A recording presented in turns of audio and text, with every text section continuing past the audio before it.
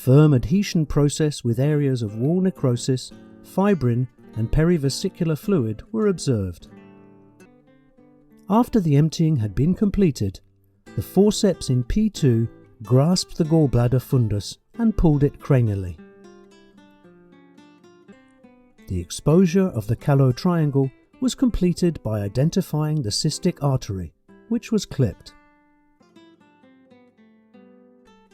The gallbladder fundus was pulled downwards for peritoneal incision performed by the hook through P4.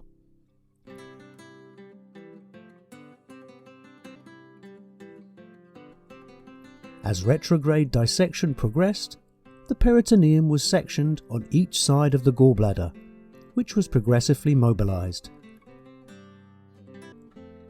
The gallbladder was completely released. The gallbladder was inserted into a plastic bag.